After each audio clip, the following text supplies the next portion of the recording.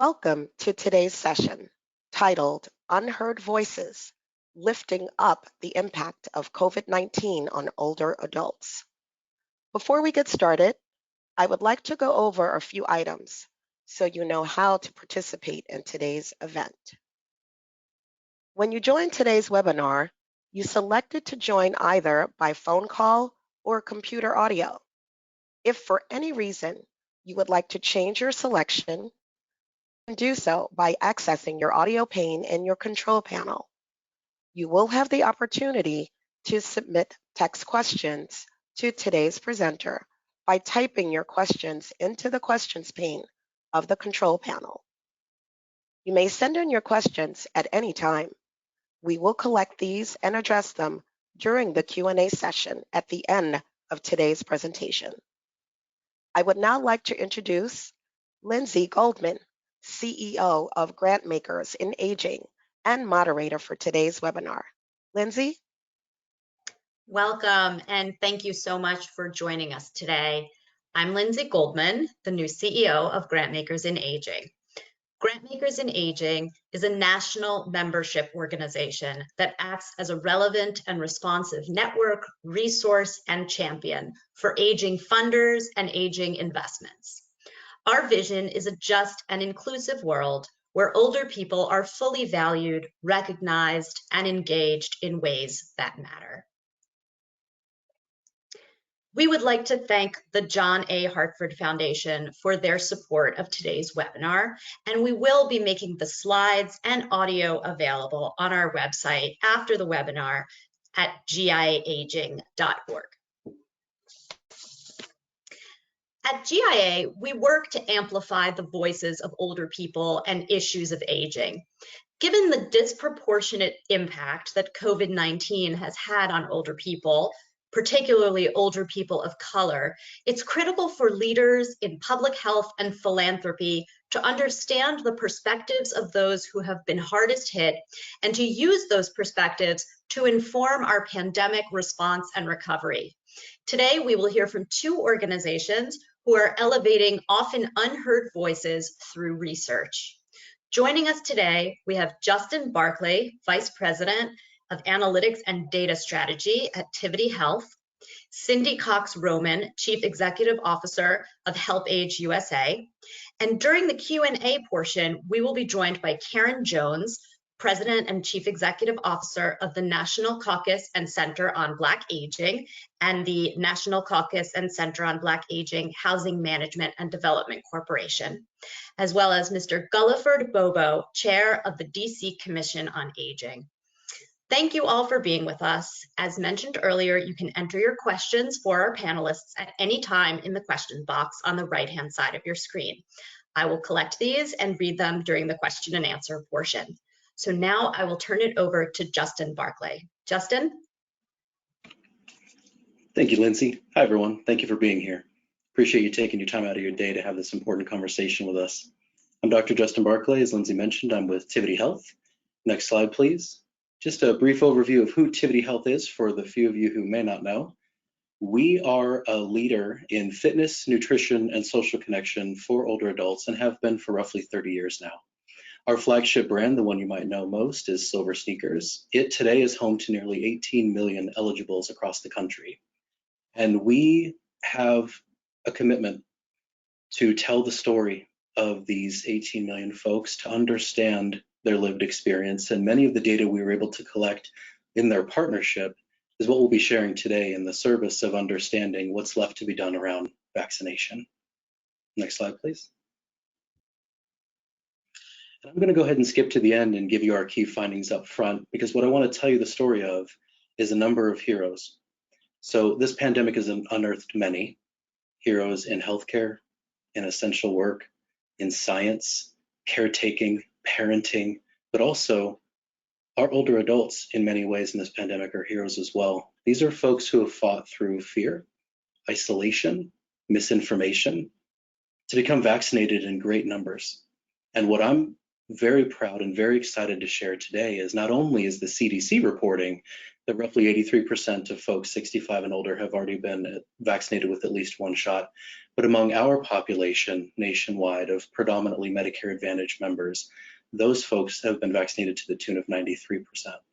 For them, not only have we seen great progress in vaccination, but we've also seen a return to activities such as routine medical and dental appointments. We've seen greater confidence in the vaccination process itself, in the vaccines themselves, and are having those very clear, very candid, very local conversations necessary to ensure that that 93% only increases. What's important, however, are the 7% of our population and the 17% of the broader population of older adults that remains to be vaccinated, to make that decision, and what we can do to help. So the remainder of these findings, and where we're really going to dig in this afternoon, is about why that hesitancy might still exist and what we might be able to do to chip away at either our 7% or that broader 17%. Next slide, please. Okay, there we go. Only going to very quickly cover the methodology since you will receive these slides and recording later. But as I mentioned, strong brand affinity, great brand following for the last 30 years. That's permitted us to reach at this point about 700,000 of our members on a weekly basis through our newsletter. That's how we did the recruitment for the survey. And normally for our surveys, we receive anywhere between 4,000 and 5,000 responses. This one, we did a very quick update just a couple weeks ago to make sure that you had the most current information. And so we received responses from roughly 1,700. Those would be the results that we summarized today. Next slide, please. So I want to talk to you about their lived experience with this virus to kick off. Next slide, please. As I mentioned, one of the hardest hit portions of an older adult's routine, outside of the sheer isolation, outside of things like limitations to physical activity, one of the other hardest hit portions of their routine was simply standard routine medical and dental care. And this was unsurprising. We communicated with this group that they were at risk, asked them to shelter in place, asked them to avoid many activities, particularly settings of healthcare in the beginning, unless they were COVID positive or believed themselves to be. And that had a lasting impact on routine care. Even as recent as February, still roughly 43% of this population had avoided the routine care completely. Only in the last couple of months, only when we've seen meaningful change to the level of vaccination, to lift some of these restrictions, some of this easing has given way to a larger proportion of this population who do feel comfortable returning to routine care. Why that's important is not just that this is a silver lining to begin this presentation with, of course, but it's also important to recognize as part of our ongoing prescription for what to do for those who remain hesitant to become vaccinated. Next slide, please. And this is a slide I'd like to spend just a moment on, because for many of the metrics here, it's great news. If you run this counterclockwise, what you'll see is proportions are high and remaining high in things like confidence in the vaccine, confidence in being the priority, that seniors are a national priority, confidence that vaccine will permit folks to return to normalcy. But the part where a little less positive, something that we actually feel is a bit of an imperative and drives many of the prescriptive actions that we'll continue to list throughout this presentation, is in that top center stat. The belief that enough Americans will get vaccinated to stop the disease's spread. That already was a low 44% in February and has only decreased further to 41% today. And unfortunately, I'm not sure that it's that surprising that that's the case. Now, we've had a different flavor of fear nearly every month in the mass communications that have happened since vaccination started. December, it was allergic reactions. January, it was between skilled nursing facility and healthcare workers refusing to take shots. And what do they know that we don't? By February, we're talking about new strains. By March, we're talking about the pause on AstraZeneca. April, the pause on J&J. May, now we're talking about, is herd immunity elusive? These are updates that our seniors are receiving where we're now asking them to be armchair epidemiologists. And whether we should be asking them to do that, whether we're asking them to sift through the noise of the latest flavor of fear and misinformation next to able groups like ours, like nonprofits, like the government that can be coordinated at a federal, state, local, and community level The information necessary and the prescription that we'll continue to reinforce throughout this presentation is, much as we spoke about in the beginning, months ago when we started these surveys, is the same prescriptions we're giving now, which is a local, candid conversation one-on-one about health and making the vaccinations available to folks in that context and in that environment. And don't get me wrong, folks and faces like Dr. Fauci's have been a boon for this population's trust on a federal level, on a national scale. And so much of what's happened around mass vaccination thus far has been government sources and local alike and non-governmental sources generating levels of trust. But for those who remain, we can't necessarily think of it maybe in the ways that the recent coverage in the news has characterized it as this transition from mass vaccination to mop-up, but rather, can we continue to have a more local contextual conversation with those who are still in hesitation, who are still in wait and see, and understand why that might be, what information we can share, what misinformation we can shed, what fear we can navigate them around, and what vaccinations we can make available to folks who may just simply be hesitant as opposed to straight resistors, and moving it away from simply a national conversation to more of a local one in their context. And this we do believe will help to drive down some of the hesitancy in what we see here of this 41%, and recognizing, should the focus really be on just this number, just this public percentage, just concepts like herd immunity, where they are being forced to be this armchair epidemiologist, or is it more about having a one-on-one conversation about what's right for an older adult in their context in that moment? Next slide, please. So here's our progress thus far among our population nationwide, again, predominantly Medicare Advantage and Med-Sup, to the tune of roughly 18 million. Among those we surveyed representing them, we find that in the last couple of months, we've made some incredible progress toward vaccination, and to the point where we now stand at 93% having at least one shot. What are two particular areas of concern and areas we'd like to continue to unpack are, first, the percentage that are still either outright resistors or still in that wait and see mode. The outright resistors by label alone is about 6%, and another 1% as hesitant, but maybe not completely out of the woods. And the other thing to call out is the fact that we've been taking slices where we can of these data across underserved populations this entire time. And what we find is while we have seen an uptick in minority uptake, in rural uptake of the vaccination, we do still see that at least the low income population is lagging with regard to overall adoption. But our prescriptions will not be focused simply on low income. Our focus will remain on unpacking the lived experience for minority populations, for rural populations, and for low income populations. Recognizing, however, that again, much of the prescription is still consistent around a local contextual message. And so what we'll ultimately do over the next couple of slides is move away from, if you place a label on who you are you someone who's been vaccinated? Are you someone who will? Are you someone who won't? Does it change when you simply ask questions like, well, when would you? Next slide, please. And one more. And here's what we find. If instead of will you, which asks folks to place a label, and instead ask, when will you? The 7% who haven't yet, who were, again, 6% out and out resistors, 1% that were still on the fence, we actually find that of that combined total, 30% of them are actually in closer to a wait and see mode, less than outright resistance. Now, we still see 70% resistance among that remaining proportion of the population. But the fact that if you move away from label, move away from who to a when, or whether to a when, we do find that a greater proportion of those who haven't yet are actually looking forward to receiving a dose at some point. It's just a matter of when and what we can do to support that uptake. Next slide, please. So what are the factors influencing acceptance? And for this part, I'll be a little more brief. So for vaccine acceptance, this is among those who do choose to still partake. We do find that side effects, payment, and efficacy of the shot remain highest concerns. And if we'll go to the next, we'll look at some of the factors influencing those who still consider themselves to be outright rejectors, much in the same. It's efficacy, it's side effects, And a growing portion that does give us pause is those who don't think they need to. So we further unpacked over the last couple of surveys.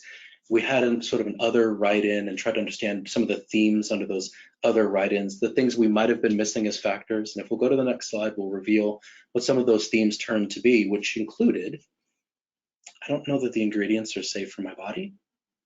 And that was to the tune of 82% of rejectors. The virus is mutated back to strains. We started talking about those in earnest back in February as across media outlets. A microchip, there's a third of rejectors who honestly believe that there is a tracking microchip embedded in the vaccine.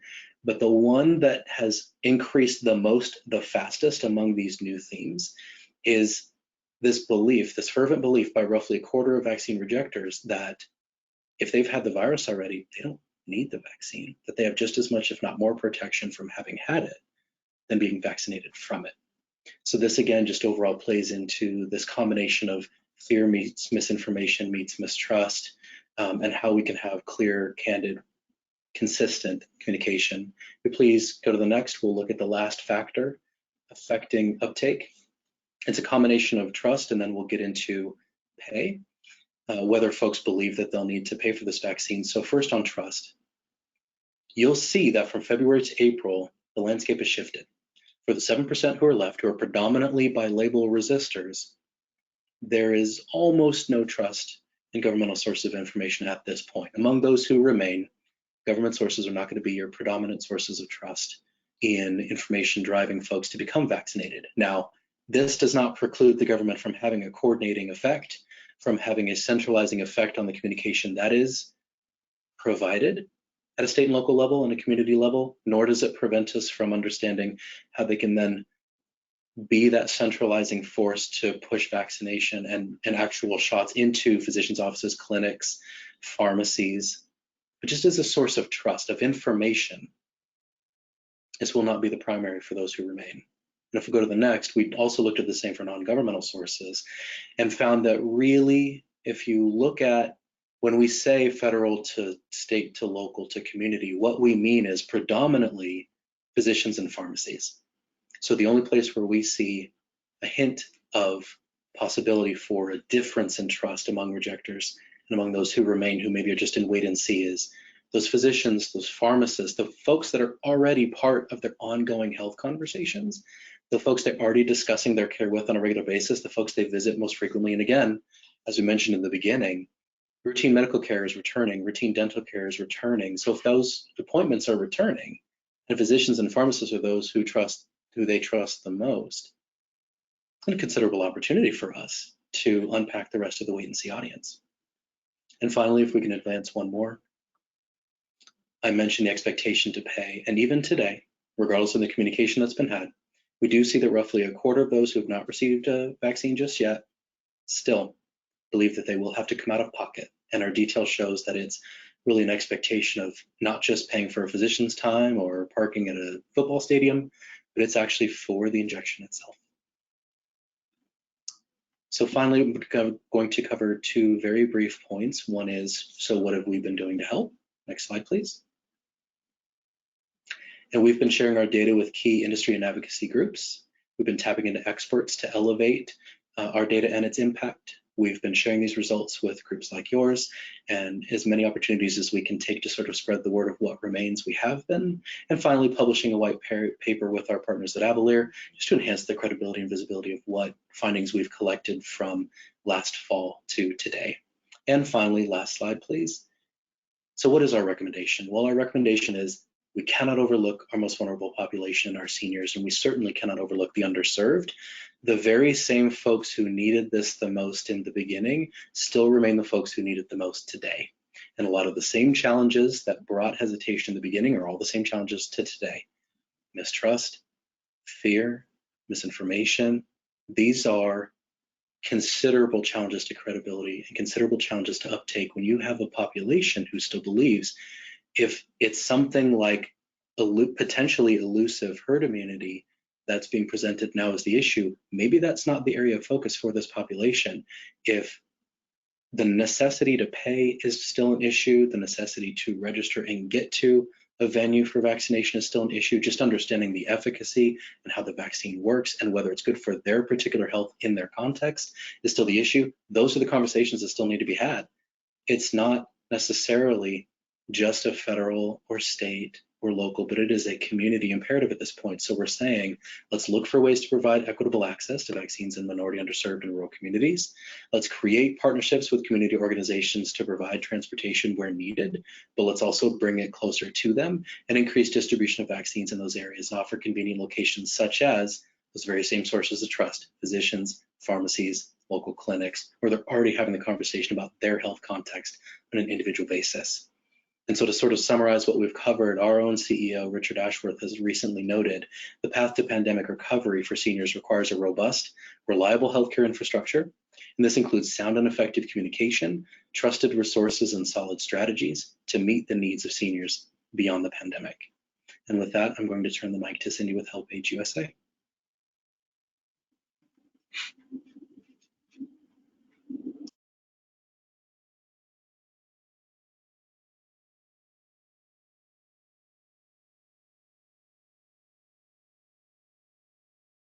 The famous "you're on mute."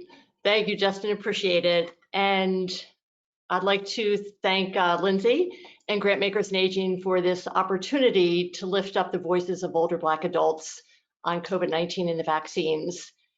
This research is a collaborative effort between HelpAge USA and the National Caucus and Center on Black Aging.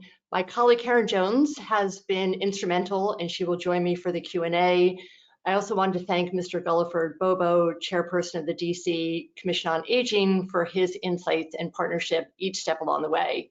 He will also join us for the Q&A. So next slide, please. A note about our organizations. HelpAge USA advances the well-being and inclusion of older people around the world through research, advocacy, and programs. We work in the US and with our partners in 85 countries to ensure that the contributions of all older people are recognized and that they have the right to a healthy, safe, and secure life. The National Caucus and Center on Black Aging was founded 51 years ago to advocate for equity and quality of life for older African Americans by providing health and wellness programs, training and employment opportunities, and affordable senior housing. Next slide, please. Why this research? Black adults have been among the hardest hit by COVID-19, with fatality rates twice that of whites. Much research has been conducted about vaccine attitudes, but this research has been conducted online, and internet survey panels do not typically represent the views of older, lower income Black adults. We wanted to make sure that their voices did not go unheard, so that public health officials and community leaders could incorporate those voices in strategies to meet their needs. From January through April, we conducted in-depth phone interviews with 32 older adults with an average age of 70 in Washington, DC, Georgia, Mississippi, Illinois, and California. Participants were recruited through trusted intermediaries. These were national and community service organizations, as well as by some of the interviewees themselves. The goal was to understand their experience during COVID, their views on the vaccine, and what shaped those views. The interview period enabled us to capture opinions at different points in the vaccine rollout, as well as recontact people to understand if and how views shifted. Next slide, please. What has this time been like for these older Black adults? When asked to COVID-19 be if it came alive as a person, it was described as someone ruthless and unfeeling. Some report struggling with sadness, anxiety, and depression during the pandemic, and lost family members and friends. There's anger at those who call it a hoax and are not caring. Some report that their health has worsened due to lapse in their doctor regularly. A few talked about relying on home remedies like a COVID drink or a special vitamin to strengthen their immune system. Cross is a very powerful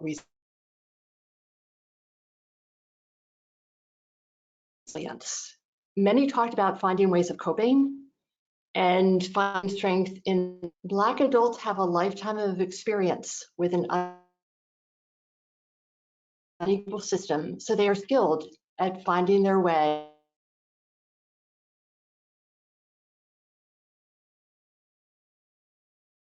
equilibrium in difficult circumstances. She said the past year was not particularly difficult because, quote, do what you've got to do. Wait.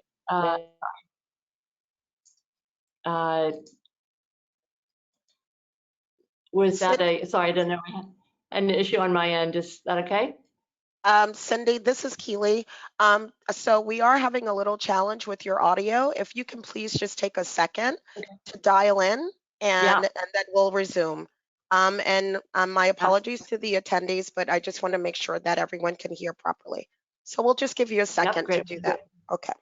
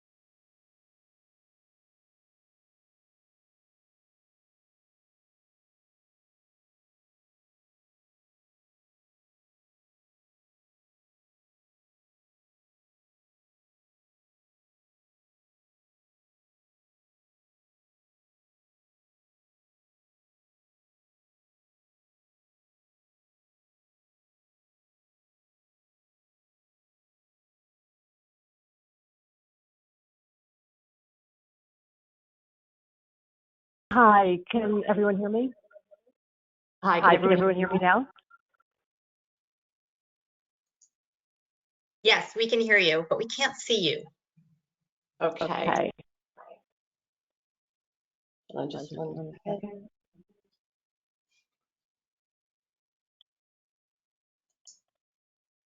All right. I'm going to just use.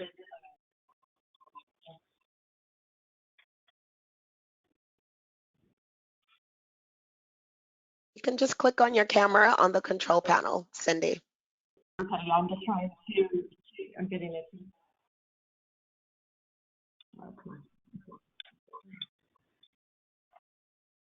On your audio pane, please just click phone call and remove audio, computer audio.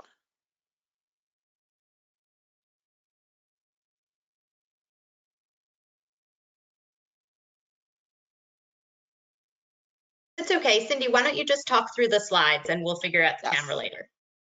Okay. Yeah, so you're not getting too much of an echo? You're fine.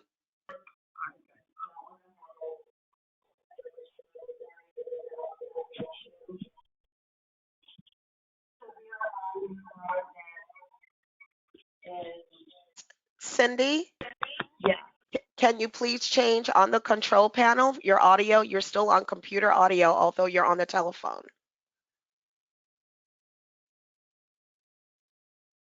I'm having a. There you go.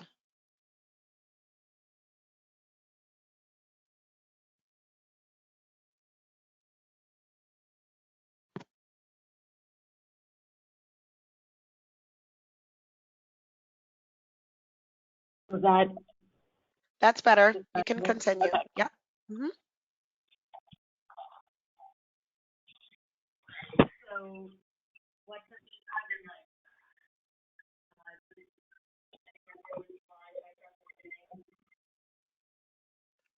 Cindy, now we can't hear you. Okay, all right. So there we go. There you go. So when asked who COVID-19 would be if it came alive as a person, it was described as someone ruthless and unfeeling. I think there's still an echo, right? Yeah. Some reports struggling with sadness, anxiety, and depression during the pandemic. A number of the interviewees have lost family members, friends, or colleagues. There's anger at those who call it a hoax and are not careful. Some report that their health has worsened due to lapsed healthy routines and not seeing their doctor regularly. A few talked about relying on home remedies. Sorry, there's so much feedback. I apologize. I think that's not switch to phone. Okay. Is that working better now? It sounds better. If you just switch to the phone call and disconnect from computer audio, we'll be able to hear you seamlessly. Good, thank you. There you go. Okay, good. So, but what also came across is a powerful resilience. Many talked about finding ways of coping and finding strength in their faith and friendships. As one woman put it, Black adults have a lifetime of experience with an unequal system, so they are skilled at finding their equilibrium in difficult circumstances. She said the past year was not particularly difficult because it's like living while Black. You've got to do what you've got to do. Next slide, please. There are widely divergent views among older Blacks about the vaccines. For the rejectors on the left on this chart, medical abuses going back to slave ships, as well as the Tuskegee experiment and Henrietta Lacks, are very much cautionary tales. There is suspicion about why people of color have been singled out to get the vaccine, and a cynicism that there is not genuine concern for the well-being of Black adults, but simply a desire for herd immunity. This group tends to be distrustful of vaccines in general. Few of the people interviewed are rejectors, but their views are very important to understand. On the right, the believers see a link between the past and present as problematic. They believe in the science and that the COVID-19 vaccine is safe for them. Some say people in their community have been too careless, and that is why it has disproportionately impacted them. Now, if we look at the wait and see, second from left, some see a possible connection to medical abuses of the past, but the primary sentiment of this group is a fear of unknown side effects and concerns related to allergies or medications. Now, through recontacts, we've learned that most of the wait and see have become acceptors, so they've moved to the right and gotten the vaccine for pragmatic reasons. It's not that they've become overnight believers in the science, but other factors have overridden their concerns. For these pragmatists, access is huge. Some who were on the fence learned they could get the vaccine easily, and they became more receptive. Some had finally seen their doctor. One woman said her physician gently explained how her kidney condition would make her symptoms worse if she contracted coronavirus. Some realize they are more vulnerable as an older person and simply don't want to die. Other factors are seeing friends and family members with no side effects. They are reassured by similarities to the flu or polio vaccine, and in some cases, they want to protect a more vulnerable family member. Next slide, please. In the next few slides, we take a look at some of the dynamics or forces at work during this time. First, we learned that these older adults have been taking in vaccine information from a variety of sources. TV predominates, while social media usage is low. Some are frustrated by conflicting information and gaps. For example, they talked about hearing one thing on TV and reading contradictory information online. One woman talked about receiving regular health information at her senior center pre-pandemic, but when the center closed, so did her source of trusted information. Internet access is a problem for some, since much of the information has been online. As this man in Georgia said, I think we have an obligation as citizens to educate ourselves. When the library is closed, where do people go for information? Everybody doesn't have access to the web, and cable is expensive. They talk about programs like AT&T you can get for $10. What is being missed is if you're a senior on a fixed income, even $10 is a lot of money. Next slide, please. Few interviewees had spoken with their adult children or grandchildren about getting the vaccine. Part of this is not wanting to cross boundaries. For instance, one interviewee said she would not talk to her children about the vaccine because that's their body. I can't tell them what to do. Denial also plays a role. One woman said her children did not even want to consider that she could get sick. Some were angry that family members have not been wearing masks and were acting irresponsibly, bringing COVID into the household. When discussions with family members about COVID-19 and vaccine take place, they can be tense. One woman was upset about her daughter wanting to get the vaccine because she is of childbearing age. Some simply had very different views, such as one family member being in favor of getting vaccinated and the other strongly resisting. Next slide, please. Another dynamic is fear and distrust related to the healthcare system. One older man pointed out that just like the killing of George Floyd highlighted discrepancies in police treatment of Black people, coronavirus has publicly highlighted discrepancies in healthcare, with more Black adults dying. But for them, these disparities are nothing new. They have learned to expect inadequate care. One woman said that the expectation of substandard care has motivated her to get the vaccine. She does not want to get the virus because if hospitalized, she knew as a Black woman, she is more likely to die. Another talked about doing all they could to keep a younger woman with COVID home because, quote, they don't take care of Black people in the hospital. Are you kidding me? They just don't. Experience with an inequitable healthcare system has caused some to not trust medical people or those in power. One man was asked if there is anyone he trusted to give him information about the vaccine. He had decided to get the vaccine because of his underlying conditions. But he said, it's not about trust. It's my options, my choices. Next slide, please. The exception to their wariness of healthcare systems is their feelings about their personal physician. Many described a deep bond with their doctor, who in many cases is female, built over years. Several talked about how their doctor has proactively reached out to them, which conveys their doctor has their interest at heart. Some described squabbling with their physician in a good-natured way about the vaccine. They interpret their doctor's encouragement to get it as genuine caring. This does not necessarily mean they'll act on that encouragement, however, if they want to feel in charge of their own decision. One woman told her doctor she would get the vaccine, quote, 2 years after you. Next slide, please. Some people say they are influenced by seeing public figures get the vaccine, like Joe Biden, Kamala Harris, Tyler Perry. But others say they are not moved by seeing public figures or community leaders get the vaccine. As one woman put it, I respect them, but I'm not going to do it because they say to do it. There's also some skepticism about the credibility of public figures who are getting vaccinated. Some think these individuals could be getting paid or are not really getting the vaccine. Important thing is that these older people know their own bodies, so seeing how one person reacts has no bearing on whether it would be right for them. For example, one interviewee said she would have been first in line 20 years ago, but now she has allergies to different foods. There's also been uncertainty about the interaction between the vaccine and medications. Next slide, please. For those who want to get the vaccine, access can be challenging and puts them at the mercy of intermediaries. For example, tech barriers can mean relying on children or neighbors.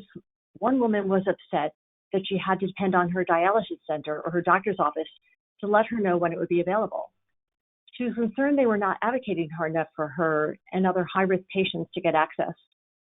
Even if she signed up for it herself, she did not have the physical ability to wait in a long line like she saw on TV to get the vaccine. And it can be frustrating that some older people who are more affluent have been getting the vaccine more easily. As one woman put it, the area we live in is considered a minority area. We are frustrated because they keep saying we are reluctant, but we are not reluctant. They are just not available. Another man said the vaccine site was in a suburb far away. He was afraid of what would happen if he got sick on the bus coming home. Next slide, please. A common theme in the interviews was that older Black adults want to be in control of their decisions. Some are pessimistic about systemic change. When asked what public health officials could have done better, one man said, "It's no secret that we have been hurt all our lives. substandard healthcare, substandard food, substandard education, substandard housing. Everything is substandard, so it's hard to change a whole lot. But others pointed to what could have been done differently in the vaccine rollout, and some know from their own experience that their voices can make a difference. One woman said before coronavirus hit, there's a senior center in my church, and they would designate 1 or 2 people to speak, and we would change things and make an impact. Next slide, please. The voices of research participants have shaped the following path forward, which relate both to the COVID-19 vaccine and beyond. For the vaccine response, the number one priority is to ensure vaccine sites are easily accessible to all. Easy access influences those who are wait and see, helps those with mobility issues, and reassures those who have concerns about their reaction to the vaccine. Second, whether in this pandemic or future public health crises, personal doctors must be empowered to outreach to their patients with information about the vaccine. This is who older Black adults trust, and they will listen to their doctor's view. Third, improvements need to be made to how information is disseminated and the quality of that information. That means channels must be appropriately matched, such as regular mail versus online only. Storytelling by community members could be strengthened to enable information sharing within the community. Information accuracy must be improved, so older people are not struggling with conflicting messages.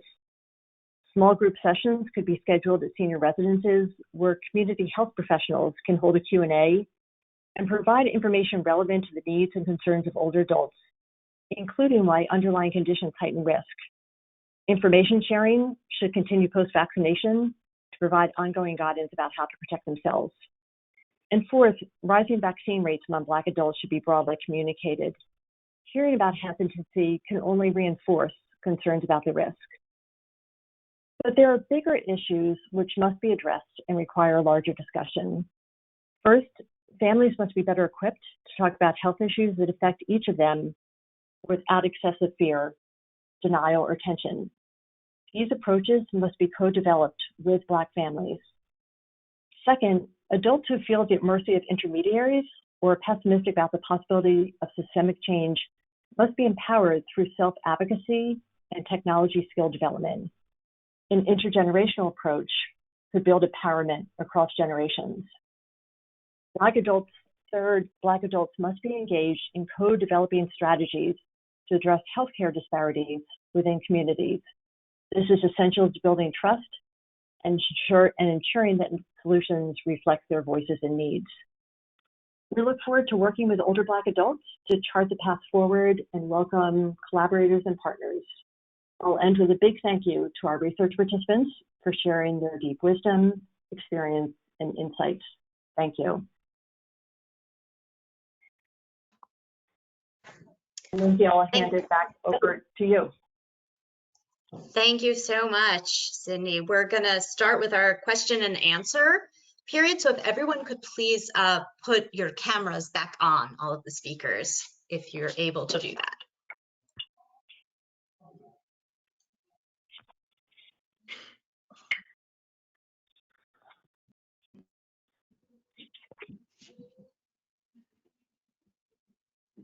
Mr. Bobo, are you able to put your camera on? Oh. Yes. Yes. There you are. Okay, well, thank you. Those are two really interesting studies.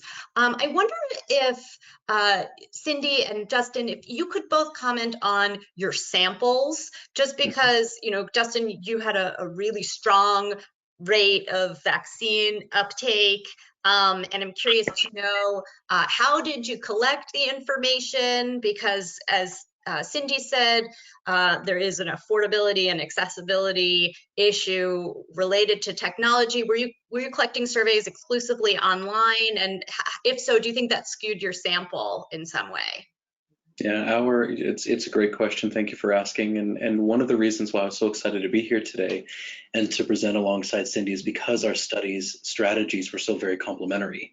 Ours being a little more quant, very trend driven, very mass in size versus the ability to go deep and be a bit more intimate with the data collected through Cindy's study. So ours was in fact meant to summarize the silver sneakers population. So as I mentioned, they are predominantly med advantaged, some med sup, 18 million large across the country.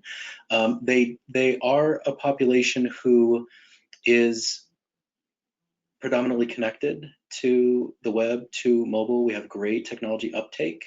But I would also mention that while there is absolutely the opportunity for some skew in our sample, two things to address. One being that we are also adding research outlets to include Gen Pop trends as well, and we'll start to publish those complementary research. But in addition to that, what we've been finding, even on an anecdotal basis for the things that aren't captured by our quant, is many of the same challenges that we unearth in our nationwide sample are the very same challenges that are unearthed with folks whose voice we didn't capture directly, which is still around information being consistent, being available, vaccines being consistently available to them via sources that they trust. A lot of those same barriers are all the same barriers, whether someone answered us via email or by phone by chance. Thank you, that's helpful. Cindy, did you want to add anything about your interview subjects and how you went about speaking with them? Yeah, Lindsay, so we had decided to do this research by phone because of the issue of many older people not either being online or just not being that comfortable online, et cetera. And we wanted to make sure that we could reach as many as possible.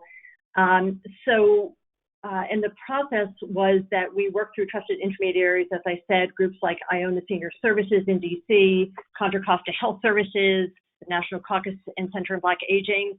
It was extremely important that we work through these trusted intermediaries because doing research in general is one in which you want to feel confident about the source and that your views will be shared anonymously, confidentially, et cetera.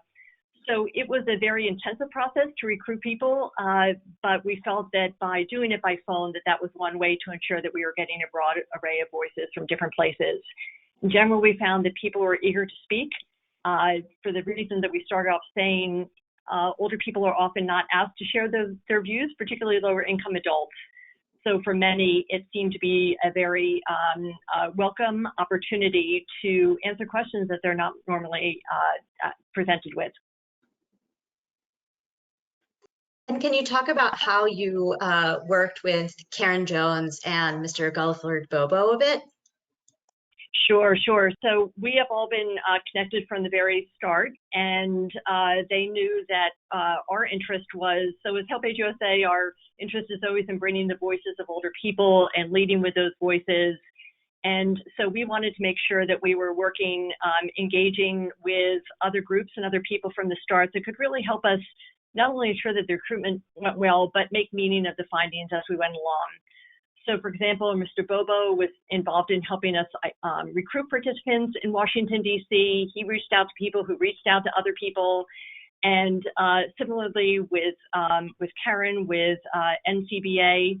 And then as we had different points where we were beginning to pull together the findings and think about what we had meant, we would all consult together to develop hypotheses. Ultimately, this kind of research, qualitative research, is about hypothesis generation. When you have a small sample, you can't say that it's representative of older Black adults in general. What you can say is this is the range of opinions that we're hearing, and these are questions that we can use to think about how many other people might feel that same way, and what other questions is it leading us towards. We'll continue to work with them because this is really just the beginning for us.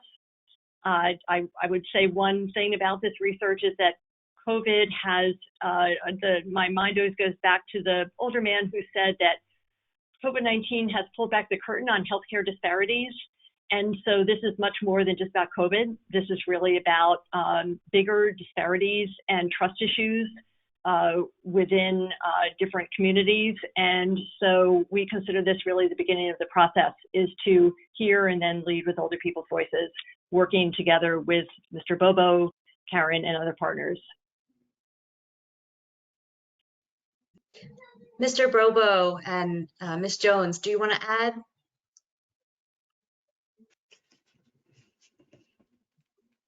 I can go.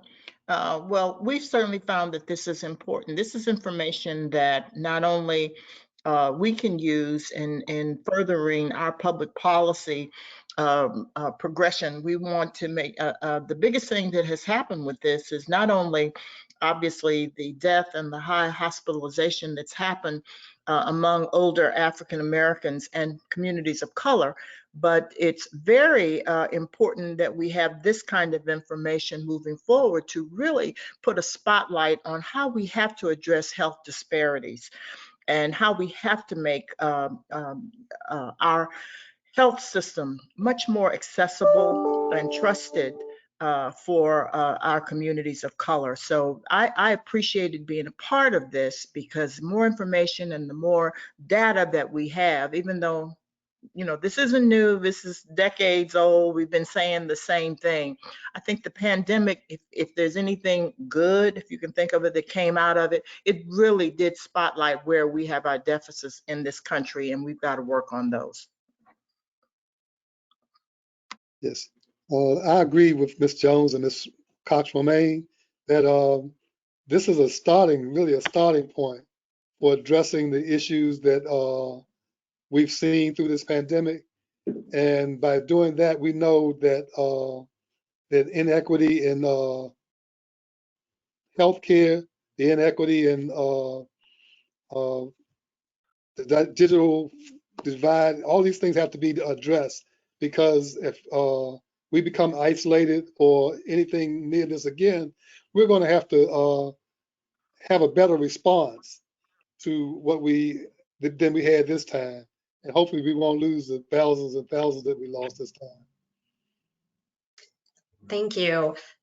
Speaking of trusted messengers, I thought it was really interesting what you found about who older people were likely to listen to with respect to the vaccine. And you talked a little bit about the difficulty of some people to have constructive dialogue, even within their own families, about healthcare and vaccination. I'm wondering, did you hear anything about the importance of friends and neighbors? I heard about family, but what about, people's friends and neighbors? Are the conversations somehow slightly less threatening if they're held, between people who are not related to each other?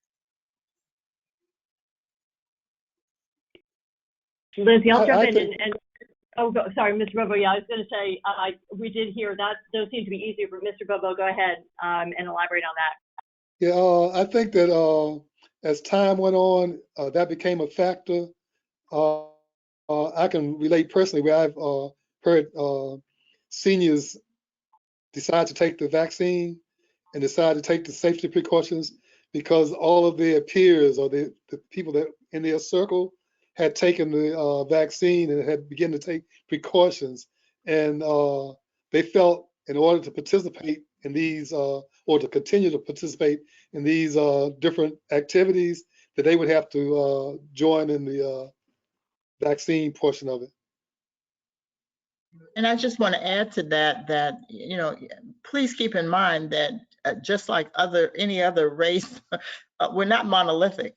And so there are people who have different information, different leadership, different religions, different, all within that whole sector. So it really just depended on who they felt they could get the most accurate and information. Because you have to remember that when this first started, we were just all set up in fear, and as everyone was, because we didn't understand what the coronavirus was.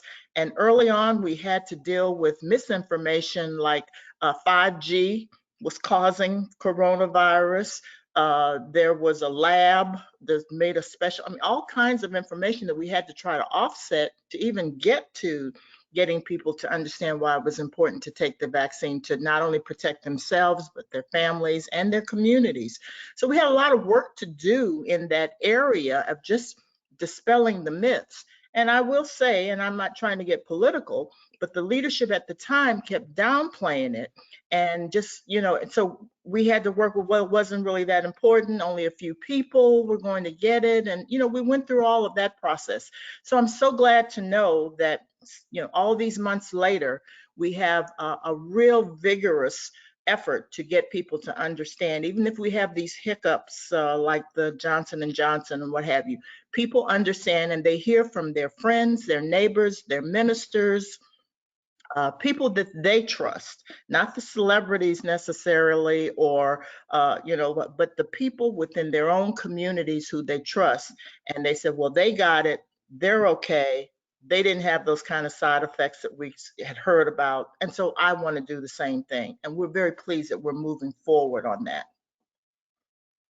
Thank you. We're getting to the end of our hour, so I want to close by asking all of our panelists for any key takeaways. What do you hope that our audience will remember? Justin, do you want to go first? I'm sure. I was going to save myself for last and ask that Cindy go first. But I would say for me that, and it's been reinforced here in the Q&A, that many of the challenges that were challenges in the very beginning of this vaccination effort still remain. Underserved populations are still underserved. Disparities are still disparities. Our research at a trend level, at a quant level, still unpacks low income separately from minorities, separately from rural populations, to understand what the different sort of needs of each of those underserved groups is. And even though we've moved from a central federal source of information being the only source of information, and that being enough for vast majority of older adults, the folks who are left who have not yet been vaccinated don't need the vaccination any less than the folks who have already received it. And so if anything, this is not only not our time to take our foot off the gas, but in fact, I'd say the opposite is, this is the push for as much focus, as many resources, and most importantly, as much coordination around the communication as possible, because only now will we run into the larger formidable roadblocks that we've been able to sort of avoid until now. Thank you. Cindy.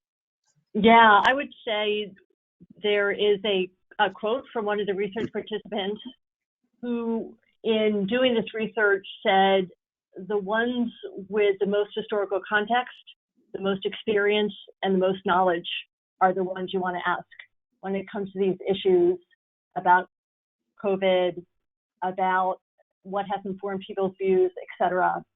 And I would say that that voice is one that should stay with all of us, and that opinion that the older adults are the one that we need to continue to ask for their history, their knowledge, and their experience. Thank you. Mr. Bobo. I would say realizing the equity, the importance of equity. And when you don't have that equity throughout the system, then now you see the flaws that exist. Thank you. And Ms. Jones. Only that how costly is it when we don't treat people fairly and treat people in equity? I've never understood why people have some kind of hesitation on equality. That doesn't take away from anybody. All it does is just say that you just want equal treatment, equal access, equal. Everybody can still have the same thing. And so, if anything, I hope that we as a country can move forward in addressing these equity issues and treating all Americans fairly and justly. Well, we at GIA would love to partner with you on all of those efforts and believe in everything that you're doing. So thank you to all of our panelists today. I'd also like to thank the John A. Hartford Foundation for their support of our webinar. Again, we'll be making today's presentation available to anyone who wishes to view it later, including the slides and the audio. Watch for an email to be sent within a few days.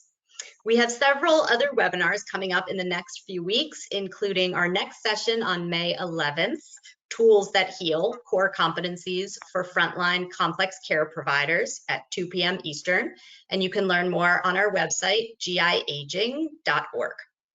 Please follow us on Twitter, Facebook, and our new page on LinkedIn, and please complete the brief survey that will appear on your screen to help us improve our programming. Thank you all for participating in today's webinar. Please be well. Thank you. Thank